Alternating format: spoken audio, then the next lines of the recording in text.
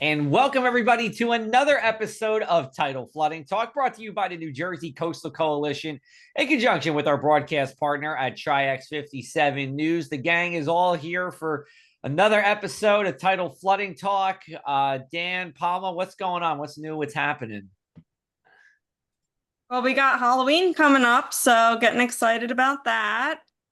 Are you a big Halloween person, Palma? I don't know. You might have told me this. Are you? I mean, I like Halloween. Okay. It's definitely up there for me, but nothing comes close to Christmas for me personally, but I do enjoy fall festivities. Okay. Is there like Palma at Party's house, a Halloween party at Palma's house, like level of liking Halloween? No, but maybe there will be now that we're going to be moving into a That's right. bigger house, maybe I can start hosting some. Okay.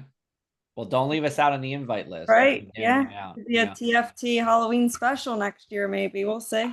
That's very much in the realm of possibility. Dan, I feel like you could be a sneaky Halloween guy. It's increasing. Let's just say with kids, a 3-year-old and 6-year-old, my excitement for Halloween grows. I'm still like Palma Christmas all the way, but Halloween is definitely gaining some steam. Okay. Gotcha. How about you?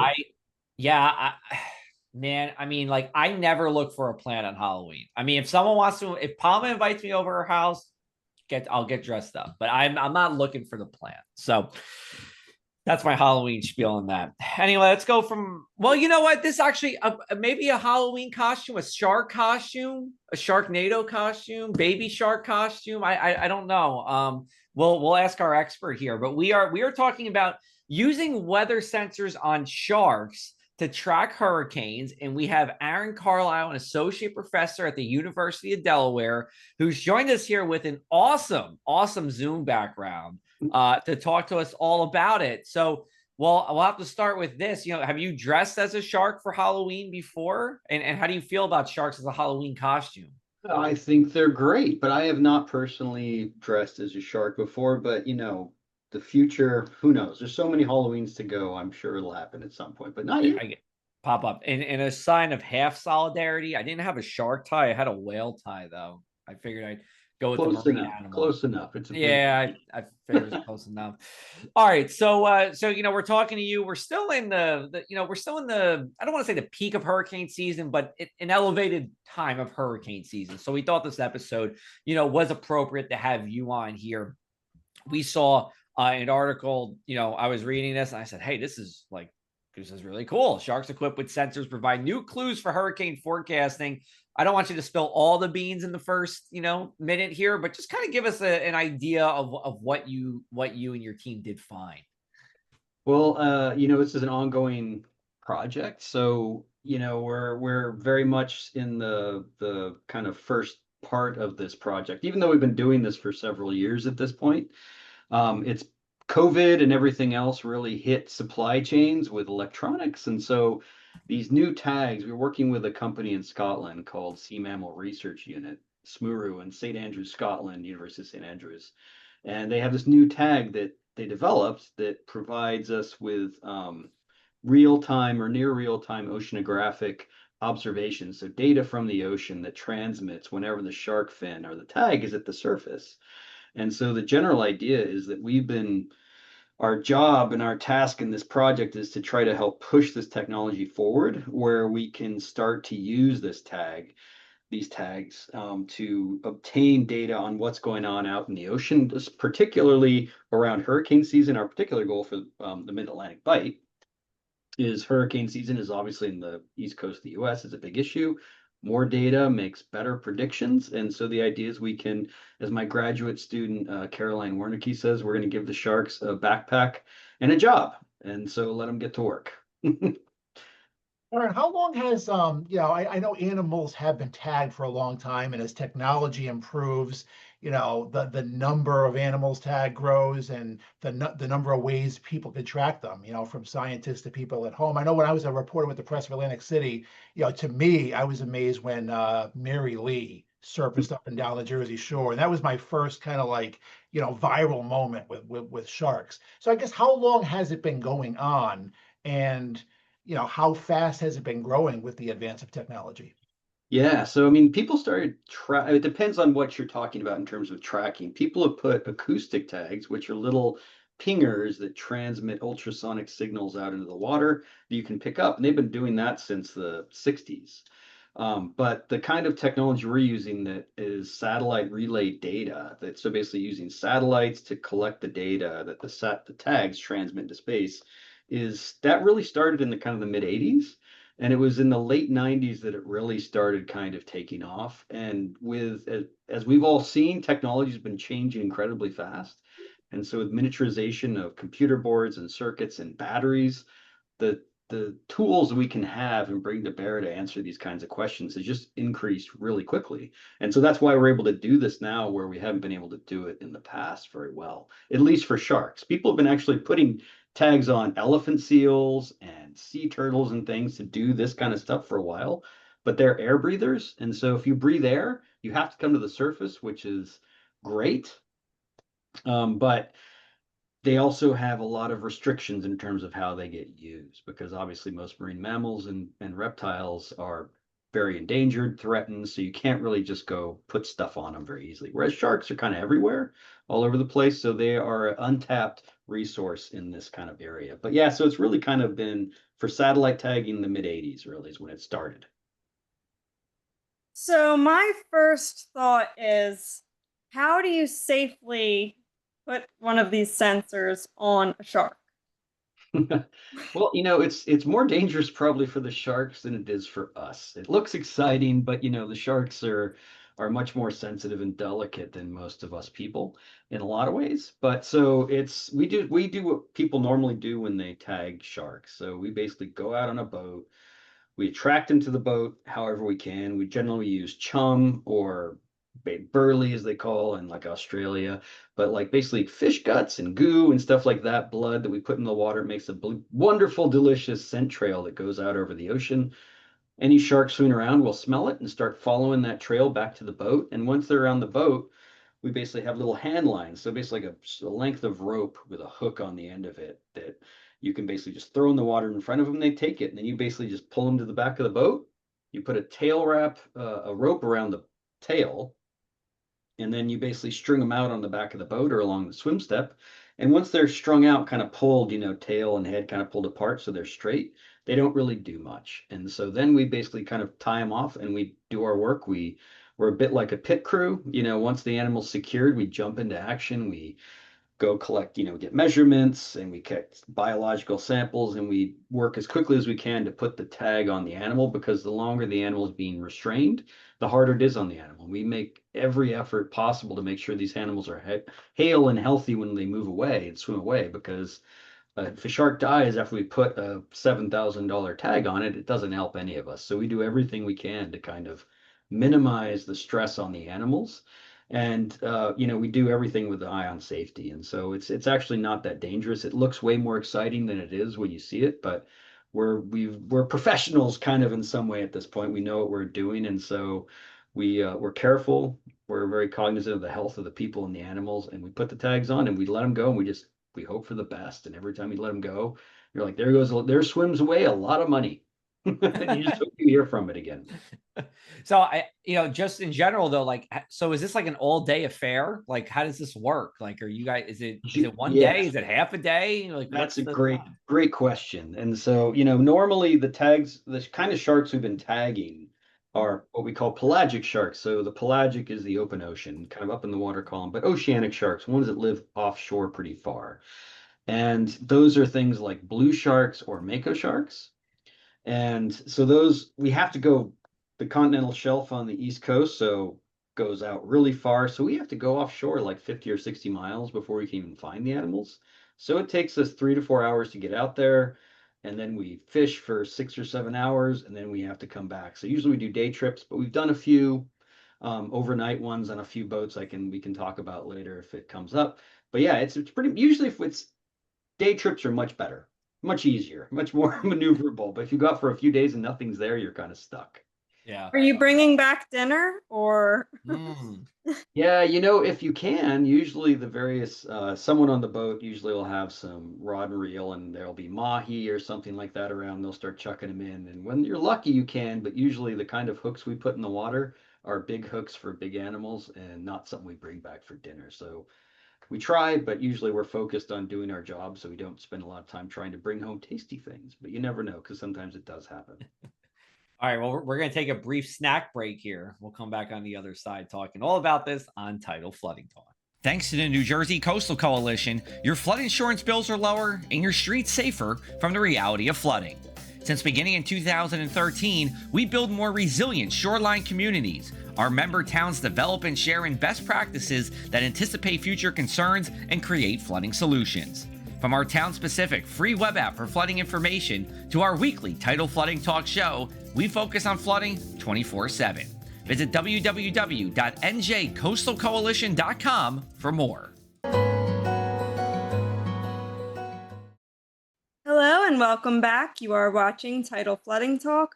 We are brought to you by the New Jersey Coastal Coalition, and we would like to remind our viewers to keep storm drains clear.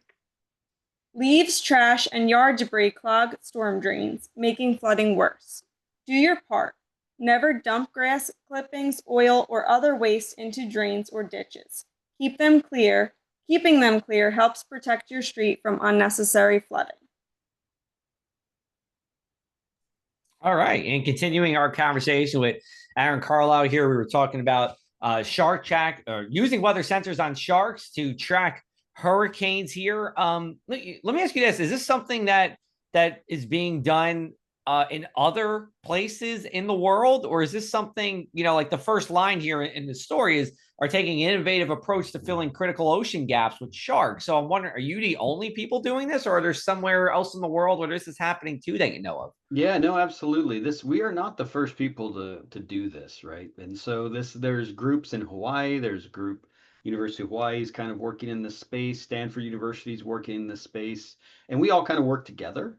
That's the good thing about science is it's very collaborative, and so we share a lot of information, we work together, we publish together, we do everything. So, but we're all kind of on the cusp of trying to figure out how do we use sharks in this manner, and there's a lot of very particular difficulties in trying to use these technologies and approaches with sharks as opposed to, as I mentioned before, elephant seals or things that breathe air because they don't have to come to the surface. And when you think about a very expensive electronic piece of equipment, you don't just let it run, you have to turn it on and off to save battery life. And so you think about how can I program this tag to collect the best amount, the most data, the most optimize data collection and transmission given the variability you see in what sharks do, because as probably most people know, sharks don't necessarily need to come to the surface very often. And that's a drawback, but that's actually a strength as well for this approach. And the reason that's actually kind of good, I'm sorry, go ahead. No. Finish what you're saying. Yeah, so one of the reasons that we've moved into the space of using sharks is that one of the main ways we get data for parts of the ocean we don't get a lot of observations from, which is the continental shelf, so the kind of coastal area, which is kind of counterintuitive. You think the coastal area would have more observations, but actually doesn't. And so we have this glider picket line. So we have these basically robot gliders that we go out, autonomous underwater vehicles that go and they fly around the ocean recording data. And they're great, they're amazing tools, but they're very expensive and they don't stay out as long. And because they're so slow, most of the data they end up sending back to us ends up being discarded because it doesn't give us new information in terms of making the predictions about the ocean and providing new insight. So the sharks, because they come up and pop up randomly, every bit of information you get from them is very useful. And these tags will last many months, if not over a year. And so once you put them on, and Shark is out just doing its sharky thing, transmitting data. And the idea is, we're still working on this, but hopefully we'll get there, and I think we will pretty quickly, is that you're going to have this fleet of tagged sharks swimming around the ocean, transmitting random bits of information that fill in all the gaps where we don't have the resources to get these observations. Because glider missions, there's 6 or 7 kind of lines that they kind of mow the lawn with on these gliders along the East Coast. And each time these gliders individually each cost $500 to $700 or $1,000 or $1 million a pop. Every mission is $50,000 to $100,000. They stay out for a month or so. And as I said, most of the data actually gets thrown out. And so they're amazing tools, but in terms of covering a lot of territory, they're not actually that great. Otherwise, you have to send up boats, which are very expensive. And so each one of these tags is, less than $10,000. That price point is variable because this is a new technology, but $6,000 to $7,000 probably each. And they last many months and they stay on the shark and the shark goes all over. And so you can imagine that you have all these kind of randomly moving animals filling in all the gaps where you have these areas with the gliders and the boats that provide great data. Now, what kind of information is it that is helping predict the hurricanes? Sure. So it's all about, and I mean, as as weather people, you probably know this better than I, but really what drives hurricanes is the heat in the ocean. And so it's the ocean heat content. So if you think of like, a tube of water from the surface to the bottom, if you took it out and you measured how much heat is in that, more heat means stronger hurricanes. And so we need data from below the surface. And that's why, satellite oceanography is one of an amazing tool, but it shows you the skin of the ocean. It doesn't show you anything deeper. So that's why we need these other mechanisms, these other ways to get data from below the surface. And so sharks, that's where they live. And so, and same thing with the seals and everything like that. So you put a tag on them and they're constantly diving up and down. And so the idea is by diving up and down through the water, they're recording the temperature and the salinity and all these other things that are important for making these calculations. And when they come to the surface, when that tag breaks the surface, it then starts kind of yelling into saying, here's my data, here are my data, here are my data. And then the satellites pick it up and they transmit it to us real time. And then those data get forwarded to all the kind of oceanographic integrated ocean observing systems. So makos, for example, is one of our partners. That's the Mid-Atlantic node of the integrated oceanographic observing system, which is where we actually get a lot of our ocean data that supplies us with weather reports and climate monitoring, all this kind of stuff. And so all these data get ported out to the people that use it. I'm not an atmospheric, I'm not a weatherman. I don't understand most of this stuff, but I do understand sharks. And so what's cool is that this is a way that we can actually use our knowledge of these animals to help inform hurricane predictions, right? So again, like use the idea of taking a shark, giving it a backpack, and giving it a job. And so it's like, let them do it. And the idea is the more data we get, the better our predictions will be. And the better off we'll be able to predict where these hurricanes are going to make landfall, how strong they're going to be, because of all that subsurface data that we get. All right, we're going to take one more break here. We'll be back with you on the other side with Tidal Flooding Talk.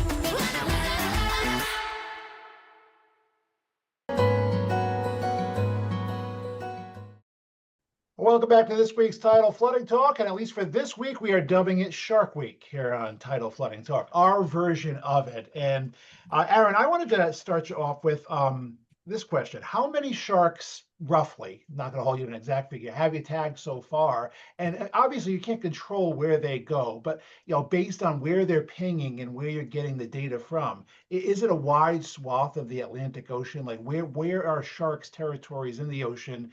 And like, do they correlate with where hurricanes go? I mean, I know sharks generally like warm waters, but we find them off Jersey and Delaware, and the water isn't always warm here. But like, are they popping up in those areas where you guys and meteorologists want them to pop up, where that data is scarce and areas that can be very helpful? Yeah, no, that's a great question. And so yeah, so one of the first things we had to do as part of this project is use kind of go through the scientific literature and learn everything we could about all the shark species that we might encounter and say, who's going to be the best one to give this backpack to give them a job. And so we spend a lot of time doing that because the sharks have to move up and down through the water column and they have to come to the surface enough where they have the opportunity to transmit data. And so it ends up that calls out a lot of species because most species don't come to the surface in the way that we need them to. And so we ended up kind of coming with a ranking of like potential species to carry these tags. And the kind of the best ones were things like we're already targeting, like mako sharks and blue sharks, tiger sharks would be good, hammerhead sharks. Juvenile white sharks would probably be pretty good too. And so we have a list of candidate species. So whenever we go out and tag, we kind of keep our eye open for any of these sharks that show up. If we do, and if they're big enough, we'll stick a tag on them. But at this point, we just started getting tags to put out really this year. And so it's pretty new. And so, but I can tell you from what we know about where these animals go, the ocean is where the sharks live and they move all over. And yes, there's some that are more cold adapted and they like being in cooler waters, some like really tropical waters. But the good thing about the mid-Atlantic bight where we live is that you're in this transition area where it's either very hot or very cold. So you get a mix of everything.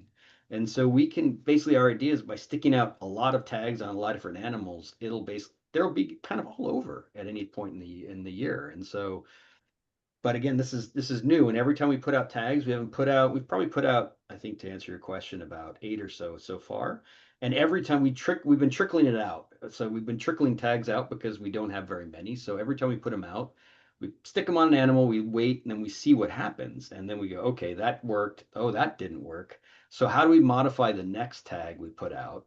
And so it's been this very iterative process, kind of working through the difficulties. Because again, when you're doing this kind of stuff, no one's done it before, really, in a lot of ways. And so we're trying to figure it out. And so we're learning a lot every time, but we still have a long way to go. So I can't really answer in terms of how well it's going to end up working, but we're at the point where we're very confident that tags are starting to work. And now it's more about just getting access to the animals. And so there are not that many out there anymore because, there's been a lot of overfishing of these animals, unfortunately, for the species we're targeting.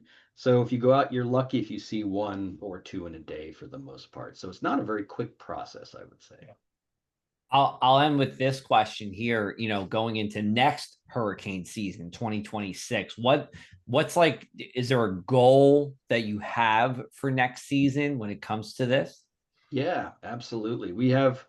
The hope is to put out 10 tags pretty early on, like late May, early June. So they'll be out there and we'll start getting data.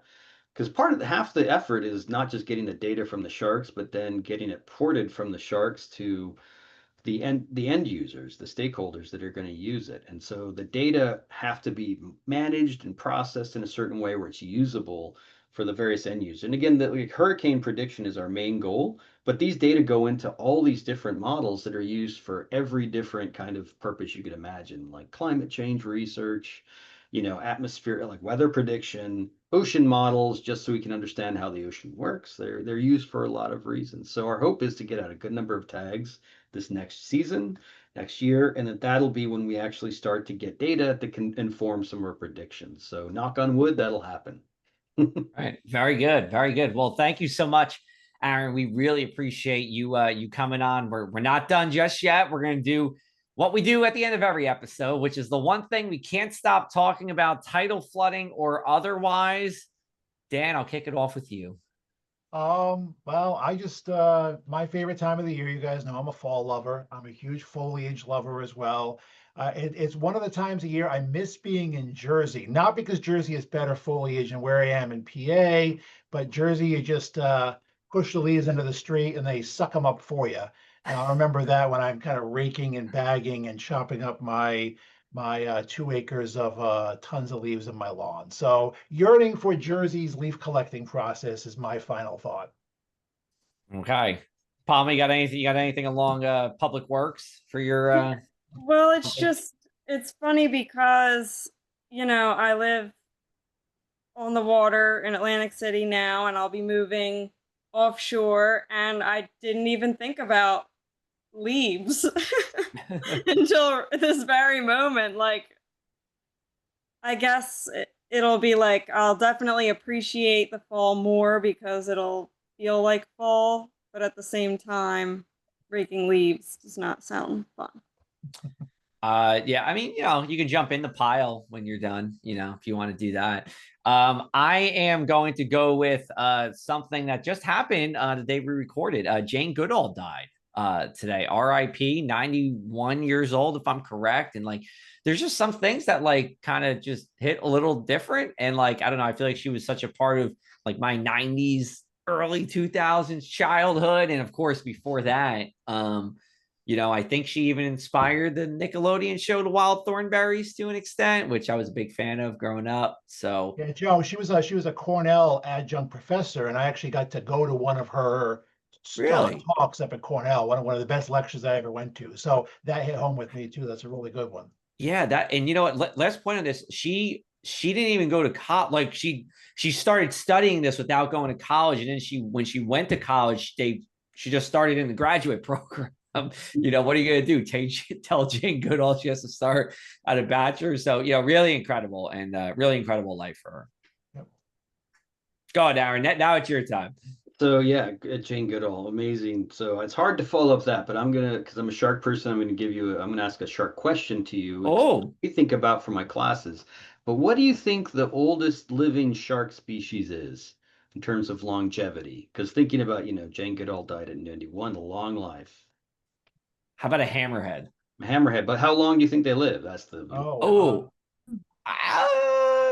50. 50. I was going to say like 75. 75. Ooh. Okay. Yeah, I was going with, well, I guess like if they're dying of natural causes, I would say, like not human. I would say probably 89. 89. That's great. That's actually that's beyond what most people think. But so there's a shark called the Greenland shark, which is a deep water shark, and it actually lives somewhere on the order of 300 to 400 years old. Oh my God. They actually don't really start to reproduce mature until they're about 150 years old. So there are some of these sharks, there's some debate about it, but they live a long time is what everyone agrees on. But there are some Greenland sharks swimming around out there, probably were around the time the Pilgrims landed in Massachusetts, which is kind of cool to think about. Yeah. So here's a follow-up question, because maybe I'm just not even thinking, is that like the oldest living like longevity species? I mean, there's some, there's jellyfish that don't die. They kind of regenerate. There's clones of things. So it gets messy in terms of that. But yeah, in terms of vertebrates outside of reptiles, like you've heard of like some of the big tortoises that, Darwin collected. Yeah. So they live hundreds of years, but I mean, so right now I think that they're probably the oldest living vertebrate on the planet. So okay. Yeah. Especially for like that size, right? I mean, I don't know how big they get pretty big. Like 15, 20 feet or so. Okay. Yeah. Yeah, I was just thinking Finding Nemo, the turtle scene of the stage. Yeah. But now that's just one particular type of shark. Yeah, no, but a lot of them live to 75 to 100 years, and a lot of other fishes, rockfish, things like that in the North Pacific, live to 200 years or so. And so a lot of these animals that live in the open ocean actually have these very long life histories that we're just now starting to kind of scratch. And so that's one of the fun things that we get to play around when you work in marine science, is learning some of these random things. And that's one thing I like to tell people, is that there's so much to learn that everyone's like, oh, everyone seems to think we know everything, but we know so little. And so I like to encourage people that we discover these things all the time. And so get out there, learn things, do science. It's great. Absolutely. Well, do science. Do science. Well, we're very pro do science here on this show. So Aaron, Carl, thank you so much for joining us. Where can we find out more about you? Go to the University of Delaware. I have some links there. Otherwise, makos has some great information about it. And we try to get out there. I'm not very good at social media. My lab is, my graduate students are. And so we have a little bit of a online presence, but probably not as much as we should. But University of Delaware, that's a good place to start. Okay. Well, we'll definitely tag University of Delaware on this. So anyway, thank you so much for the time. We appreciate it. And thank you to everybody for listening to this episode of Tidal Flooding Talk.